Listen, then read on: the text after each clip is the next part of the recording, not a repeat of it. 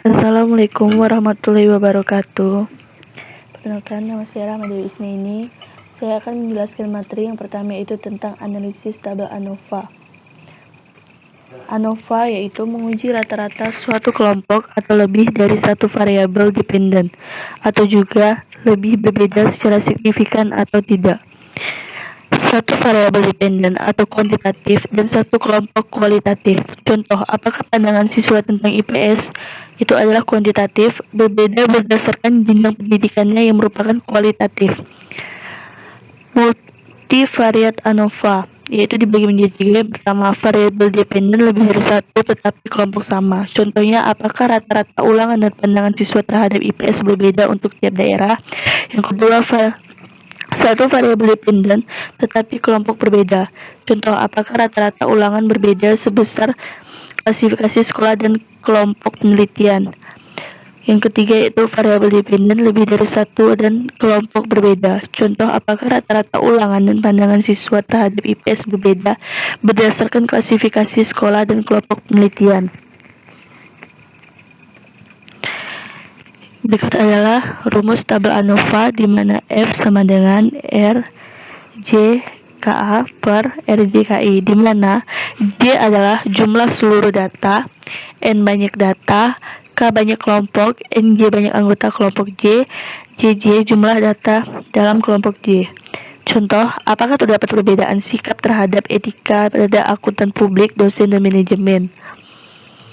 Berikut, tidak terdapat perbedaan sikap. JKA sama dengan 21 pangkat 2 ditambah 7 tambah 2 ditambah 15 pangkat 2 per 5 dikurang 43 pangkat 2 per 15 sama dengan 19,73. JKI 3 pangkat 2 ditambah 4 pangkat 2 ditambah 5 pangkat 2 dikurang 21 pangkat 2 ditambah 7 pangkat 2 ditambah 15 pangkat 2 per 5 sama dengan 10, di mana RJKA sama dengan JKA per KI 1 yaitu sama dengan 19,73 per 2 sama dengan 9,865, dan RJKI yaitu JKI per N kurang K yaitu 10 per 15 kurang 3 sama dengan 0,833, di mana F sama dengan 9,865 per 0,833 yaitu sama dengan 11,838. Kemudian sumber adanya perbedaan dibagi menjadi dua, yaitu antar kelompok dengan jumlah kuadrat 19,73, derajat kebebasan K min 1 sama dengan 2 yaitu horizontal, rata-rata jumlah kuadratnya yaitu 9,865 dengan F-nya 11,838, dengan interkelompok atau apa yaitu jumlah kuadrat 10, derajat kebebasannya N kurang K sama dengan 12 yaitu vertikal, dan rata-rata jumlah kuadratnya 0,833 dengan F-nya sama. Kemudian ini yaitu F hitung besar dari F tabel, maka HO ditolak. Terdapat perbedaan sikap terhadap etika antara akuntan publik, dosen, dan manajemen. Hipotesis 3, untuk menguji variabel yang paling berpengaruh digunakan uji elastisitas atau uji koefisien beta. Uji elastisitas yaitu sebagai berikut rumusnya, saya lihat dengan angka 1,0921 dikali 4 per 7,4 sama dengan min 0,590, dengan beta 21,9608 dikali 4,7 per 74 sama dengan 1 per 245, dengan uji koefisien beta x1 sama dengan min 0,552, beta x2 sama dengan 0,8989. Kesimpulan, karena beta 2 besar dari beta 1, pendapatan X2 lebih berpengaruh terhadap konsumsi dibandingkan harga X2. Yang kedua, koefisien regresi. Regresi adalah suatu metode analisis statistik yang digunakan untuk melihat pengaruh antara dua atau lebih variabel. Hubungan variabel tersebut bersifat fungsional, yang wujudnya dalam suatu model matematis. Pada analisis regresi, variabel dibedakan menjadi dua bagian, yaitu variabel respons atau respon variabel, atau bisa juga disebut variabel bergantung atau dependent variable, dan variabel explanatory atau biasa disebut penduga predictory variable, atau disebut juga variabel bebas independent variable. Regresi terbagi menjadi beberapa jenis, yaitu regresi sederhana, linear sederhana, dan non-linear sederhana. Dan regresi berganda, linear berganda, atau non-linear berganda. Analisis regresi, hubungan antar pelubah.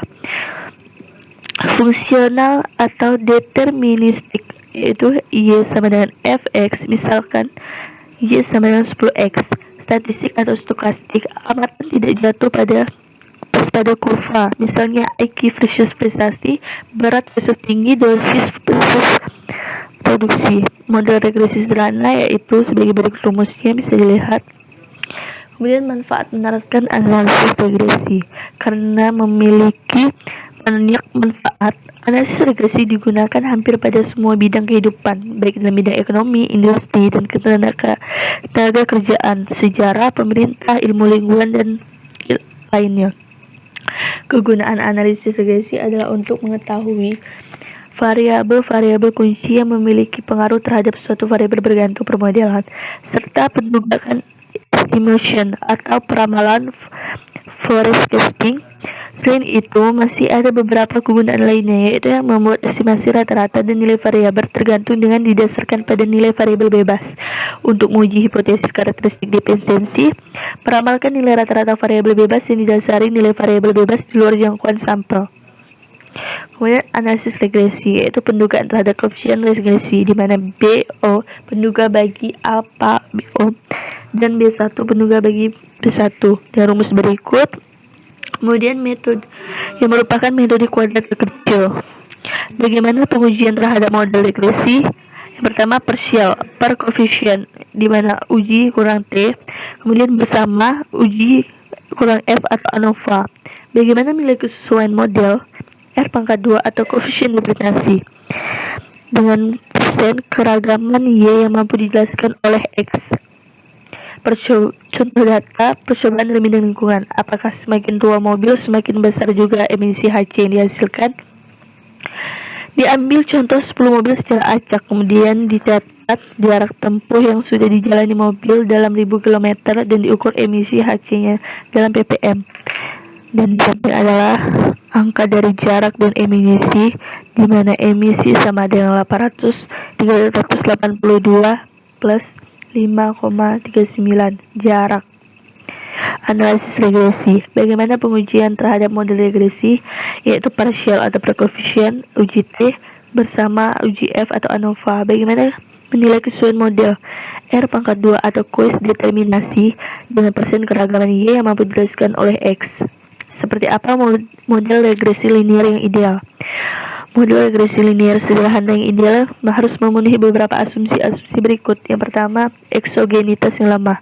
Sebelum menggunakan analisis regresi, kita harus paham bahwa analisis ini mensyaratkan bahwa variabel X bersifat fix atau tetap, sementara variabel Y bersifat random. Maksudnya, satu nilai variabel X akan memprediksi variabel Y, sehingga ada kemungkinan beberapa variabel Y. Dengan demikian, harus ada nilai error atau kesalahan pada variabel Y. Sebagai contoh, jika pendapatan X sebesar 1 juta, maka pengeluaran bisa saja sebesar 500.000, 600.000, 700.000, atau seterusnya. Variance errors yang konstan. Ini menjelaskan bahwa variance errors atau varian residual yang tidak berubah-ubah pada respons yang berbeda. Asumsi ini lebih dikenal dengan asumsi homogeneisitas. Mengapa variance error perlu konstan? Sebab jika konstan, maka variabel error dapat membentuk model sendiri dan mengganggu model utama. Oleh karena itu, penanggulangannya permasalahan heteroskedastisitas atau non-homokedastisitas dapat diatasi dengan menambahkan model variance error ke dalam model atau model ARC atau GARCH. Autokolerasi untuk data time series. Jika kita menggunakan analisis regresi sederhana untuk data time series atau data yang disusun berdasarkan urutan waktu, maka ada satu asumsi harus dipenuhi, yaitu asumsi autokolerasi. Asumsi ini melihat pengaruh variabel lag sewaktu sebelumnya terhadap variabel Y. Jika ada gangguan autokolerasi, artinya ada pengaruh variabel lag waktu sebelumnya terhadap Yang kedua yaitu asumsi ini melihat pengaruh variabel lag waktu sebelumnya terhadap variabel Y. Jika ada gangguan autokolerasi, artinya ada pengaruh variabel lag waktu sebelumnya terhadap variabel Y. Sebagai contoh, model kenaikan harga BBM terhadap inflasi. Jika ditemukan autokolerasi, maka artinya terdapat pengaruh lag waktu terhadap inflasi, di mana inflasi hari ini atau bulan ini bukan dipengaruhi oleh kenaikan BBM pada hari ini, namun dipengaruhi oleh kenaikan BBM sebelumnya. 1 hari atau 1 bulan tergantung data yang dikumpulkan. Contoh analisis regresi dengan Excel. Analisis regresi juga bisa dilakukan menggunakan Microsoft Excel. Ini misalnya kita ingin menduga persamaan regresi untuk melihat pengaruh harga dan pendapatan terhadap permintaan suatu barang. Katakanlah kita punya 10 set data dalam tahun atau daerah. Jumlah permintaan akan dihitung dalam jumlah unit barang, harga dalam Rp1.000 per unit barang, dan pendapatan per kapita dalam Rp1.000. Dan berikut adalah langkah-langkah menerapkan regresi linear X menggunakan Excel. Yang pertama, masukkan data untuk regresi. Masukkan data-data yang relevan untuk analisa regresimu. Kemudian klik menu Tool, kemudian klik data analisis. Data analisis berarti menu tersebut belum diaktifkan, dan di program Excel untuk mengaktifkannya klik Tool, kemudian klik Add On. Selanjutnya centang pada pilihan analisis profile, kemudian itu klik OK. Lalu langkah berikutnya itu klik regression dan klik OK. Setelah klik regression, selanjutnya akan muncul tampilan berikut. Dan kemudian regression proses. Isi input rank atau bisa mengetikkan ke dalam kotak putihnya untuk membuat data. Input rank adalah variabel menjadi variabel terikat atau dependent variabel. Kemudian isi input rank. Input rank adalah variabel menjadi variabel bebas atau independent variabel. Semua variabel bebas diblok secara sekaligus. Catatan, baik rank maupun rank di dalamnya termasuk judulnya yaitu variabel. Pada pilihan result terdapat 4 pilihan. Kita dapat mencontoh sesuai dengan keinginan. Dalam kasus ini kita centang semua pilihan tersebut. Kemudian terdapat pilihan untuk menghasilkan normal probability. Dalam kasus kita juga kita centang pilihan ini. Setelah itu klik OK dan hasilnya regresi, yaitu auto summary ANOVA, coefficient beta, residual output. Ada 4 tabel hasil yang ditampilkan tergantung pada pilihan kita buat sebelumnya, yaitu summary output, ANOVA, residual output, probability output. Pada summary output ditampilkan nilai multilab dan jumlah observasi. Pada ANOVA ditampilkan analisis of variance dan nilai F serta pengajuannya, yaitu membandingkan F hitung dengan tabel dalam Excel. Selanjutnya ditampilkan perhitungan regresi kita yang mencangkup Instagram counter-style coefficient. Selanjutnya pada tabel tersebut juga dimunculkan standar error. Kemudian selain itu, karena tadi kita dapat menconteng 4 pilihan residual output dan 1 pilihan normal probability, maka juga ditampilkan 5 kurva untuk pilihan-pilihan tersebut. Tetapi seperti yang kita lihat di bawah ini, kelima kurva tersebut bertumpuk. Untuk itu kita perlu memindahkan atau menarik kurva-kurva tersebut ke bagian yang lain worksheet kita sehingga bisa dibaca. Maka inilah hasil akhir yang akan didapatkan. Pada dasarnya tahap-tahap dalam melakukan analisis regresi adalah mulai dengan perumus masalah, pengisian variabel potensial relevan, pengumpulan data, spesifikasi model, pemilihan metode yang tepat, model fitting, versi model, dan penerapan model terpilih untuk penyelesaian masalah. Jika kita melakukan dengan urutan tepat, maka hasil akan kita dapatkan pun juga benar. Jangan lupa bahwa dalam berbisnis ada risikonya juga, terutama dalam dampaknya yang bisa sangat signifikan terhadap kondisi keuangan kita. Risiko ini bisa menyangkut pada diri, aset usaha kita, dan keselamatan diri sendiri saat bekerja. Dan juga koefisien determinasi. Koefisien determinasi regresi linear. Koefisien determinasi pada regresi linear diartikan sebagai Seberapa besar kemampuan semua variabel bebas dalam menjelaskan varians? Dari variabel terikatnya secara sederhana koefisien definisi dihitung dengan mengkuatkan koefisien terkorelasi R. Sebagai contoh, jika nilai R adalah sebesar 0,80, maka koefisien determinasi R square adalah sebesar 0,80 kali 0,80, yaitu sama dengan 0,64. Berarti kemampuan variabel bebas dalam menjelaskan varians dari variabel terikatnya adalah sebesar 64%. Berarti terdapat 36%, yaitu 100% dikurang 64%. Varians variabel terikat yang dijelaskan oleh faktor lain berdasarkan interpretasi tersebut, maka tampak bahwa nilai R square adalah antara 0 sampai dengan 1. Penggunaan R square atau R kuadrat sering menimbulkan permasalahan, yaitu bahwa nilai akan selalu meningkat dengan adanya penambahan variabel bebas dalam suatu model. Hal ini menimbulkan bias karena jika ingin memperoleh model dengan R tinggi, seorang peneliti dapat dengan sembarangnya menambahkan variabel bebas dengan R yang akan meningkat jika tergantung pada variabel bebas tambahan itu berhubungan dengan variabel yang terikat atau tidak. Oleh karena itu, banyak peneliti menyarankan untuk menggunakan adjusted R square. Interpretasinya sama dengan R square. Akan tetapi nilai adjusted R square dapat naik atau turun dengan adanya penambahan variabel baru, tergantung dari korelasi antara variabel bebas tambahan tersebut dengan variabel terikatnya. Nilai adjusted R square dapat bernilai negatif, sehingga jika nilainya negatif, maka nilai tersebut akan dianggap nol atau variabel bebas sama sekali tidak mampu meningkatkan varians dari variabel terikatnya. Sebagai contoh, kita akan mengukur beberapa persen pengaruh yang diberikan variabel motivasi X1 dan variabel minat X2 secara simultan atau bersama-sama terhadap variabel presentasi Y. Namun sebelum itu kita perlu melihat terlebih dahulu apakah ada pengaruh motivasi X1 dan minat X2 secara simultan terhadap presentasi Y. Adapun hasil analisis regresi linear berganda dalam kita lihat pada gambar di bawah ini. Berdasarkan tabel output ANOVA di atas, diketahui bahwa nilai signifikan dalam uji F adalah sebesar 0,00 karena signifikan 0,00 itu lebih kecil daripada 0,05. Maka sebagaimana dasar pengambilan keputusan dalam uji F dapat disimpulkan bahwa motivasi X1 dan min X2 secara simultan bersama-sama berpengaruh terhadap prestasi Y atau berarti signifikan. Dengan demikian, maka persyaratan agar kita dapat memaknai nilai koefisien definisi dalam analisis regresi linear berganda sudah terpenuhi. Langkah berikutnya adalah melihat beberapa persen pengaruh yang diberikan variabel motivasi X dan minat variabel X2 secara simultan bersama terhadap variabel prestasi.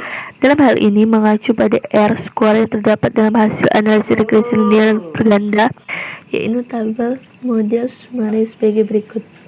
Berdasarkan tabel output SPES atau model summary di atas, diketahui nilai koefisien definisi atau R square sebesar 0,89.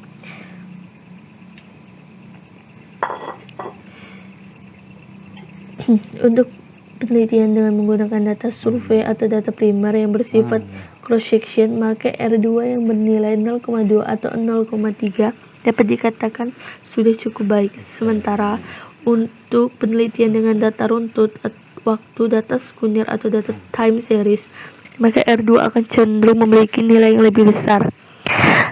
Setelah kita mengetahui nilai makna dari nilai koefisien definisi dalam analisis regresi linear berganda, maka tahap berikutnya adalah melihat berapa persen pengaruh yang diberikan masing-masing variabel X terhadap variabel Y secara partial atau sendiri-sendiri. Adapun cara melihatnya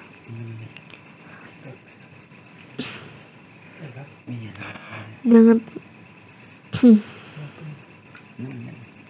yang keempat yaitu standar error. Standar error atau SE atau kesalahan baku. SE merupakan nilai yang mengukur seberapa tepatkah nilai min yang kita peroleh. SE adalah akar dari nilai varians yang sudah dibagi dengan N. Ingat, dibagi dengan nilai N.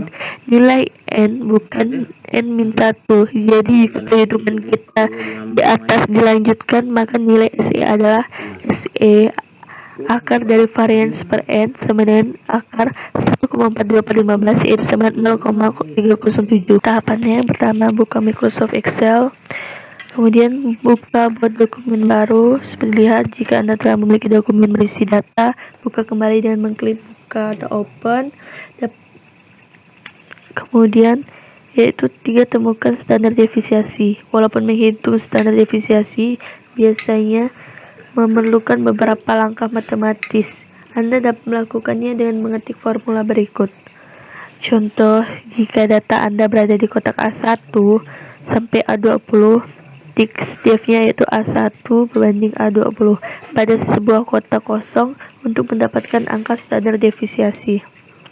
Yang keempat, formula standar error rata-rata di dalam sebuah kotak kosong.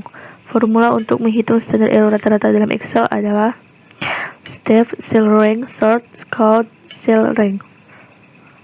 Contoh, jika data Anda terdapat di kotak A1 sampai A20, ketik formula berikut untuk menghitung standar error rata-rata. Yang kelima yaitu confidence atau prediction interval. Confidence interval adalah suatu parameter yang digunakan untuk menentukan keakuratan mean suatu sampel. Ketika kita melakukan sejumlah pengukuran pada sebuah sampel dan menghitung nilai rata-rata pengukuran tersebut, kita dapat memperkirakan nilai aktual untuk pengukuran tersebut. Yang kedua itu menghitung confidence limit. Jika kita mengetahui x dan df atau degree of freedom sama dengan derajat kebebasan, kita dapat menghitung batas kepercayaan atau confidence limit atas dan bawah dan menentukan confidence interval. Langkah-langkah menghitung confidence interval adalah sebagai berikut. Yang pertama, hitung nilai rata-rata x dengan menambahkan semua pengukuran dan membagi dengan 20 dengan atau n, di mana X sama dengan 123,6 mg per L. Kedua, hitung standar deviasi dengan formula sebagai berikut. Standar deviasi untuk contoh ini adalah 17,3 mg per L dan ukuran sampelnya ada 20. Dan hasilnya adalah 17,3. Kemudian 3, hitung standar errors. Nilai ini adalah standar deviasi dibagi dengan akar kuadrat dari jumlah pengukuran. Oleh karena itu, standar error adalah Sx sama dengan 17,3 per akar 20. Sx sama dengan 3,87 mg per L. 4, tentukan tingkat kepercayaan. Tingkat kepercayaan yang paling umum digunakan adalah 90%, 95%, dan 99%. Misal kita memilih 95%. Hitung nilai kritisnya. Nilai kritis untuk batas keyakinan 95% untuk diuji dua sisi. Truth tale dengan df 19 T 0,05 19. Nilai T kritis adalah 2,093. Degree of freedom atau derajat kebebasan untuk contoh ini adalah dv n kurang 1, dv 20 kurang 1, dv 19. 6. Hitung confidence limit atau batas kepercayaan. Sekarang kita bisa menghitung confidence interval atau interval kepercayaan 90% untuk 20 pengukuran. Ini dengan data-data di atas. Dengan menggunakan X sama dengan 123,6 mg per L Sx, yaitu sama dengan 3,87 mg per L, dan df 19. Kita hitung confidence limit batas kepercayaan sebagai berikut. Oleh karena itu, kita dapat menyatakan bahwa kita 95% yakin bahwa rata-rata pengukuran COD untuk sampel ini akan berada 115,5 mg per L dan 131,7 mg per L. Yang keenam yaitu Durbin-Watson. Durbin-Watson adalah sebuah tes yang digunakan untuk mendeteksi terjadinya autokorelasi pada nilai residual prediction error dari sebuah analisis regresi. Yang dimaksud dengan autokorelasi adalah hubungan antara nilai-nilai yang dipisahkan satu sama lain dengan jeda waktu tertentu. Pada saat Anda melakukan deteksi autokorelasi, Anda tidak akan terlepas dengan tabel Durbin-Watson. Tabel tersebut menjadi alat pembanding terhadap nilai Durbin-Watson hitung.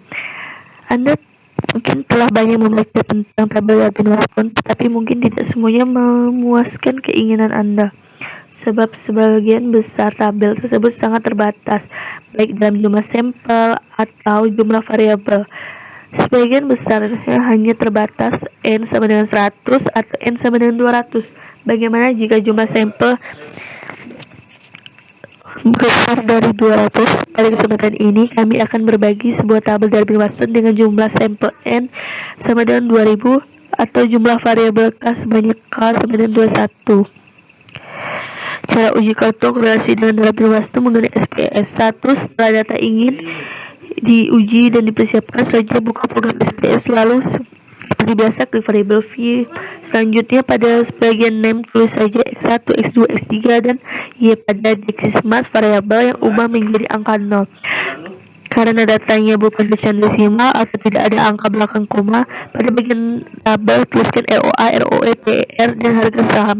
Abaikan nilainya tampak seperti berikut. Setelah itu klik data view, masukkan data yang tadi dan harga saham yang sudah dipersiapkan tadi. Bisa dengan cara copy paste juga. Berikut datanya, bisa lihat. Kemudian yaitu pilih langkah selanjutnya, yaitu menu SPSS yang analisis, lalu klik regression, kemudian klik linear. Kemudian muncul kotak dialog dengan nama linear regression. Masukkan variabel harga saham Y, kolom dependent, masukkan variabel ROA, ROE dan PER. Kemudian yang terakhir muncul kotak dengan nama linear regression statistik. Pada bagian ini kita cukup memberi tanda centang. Dan yang terakhir yaitu klik OK, maka akan muncul output SPSS. Dalam hal ini kita hanya perlu memperhatikan tabel output dengan judul model summary. Sekian presentasi dari saya. Atas perhatian Bapak, terima kasih. Assalamualaikum warahmatullahi wabarakatuh.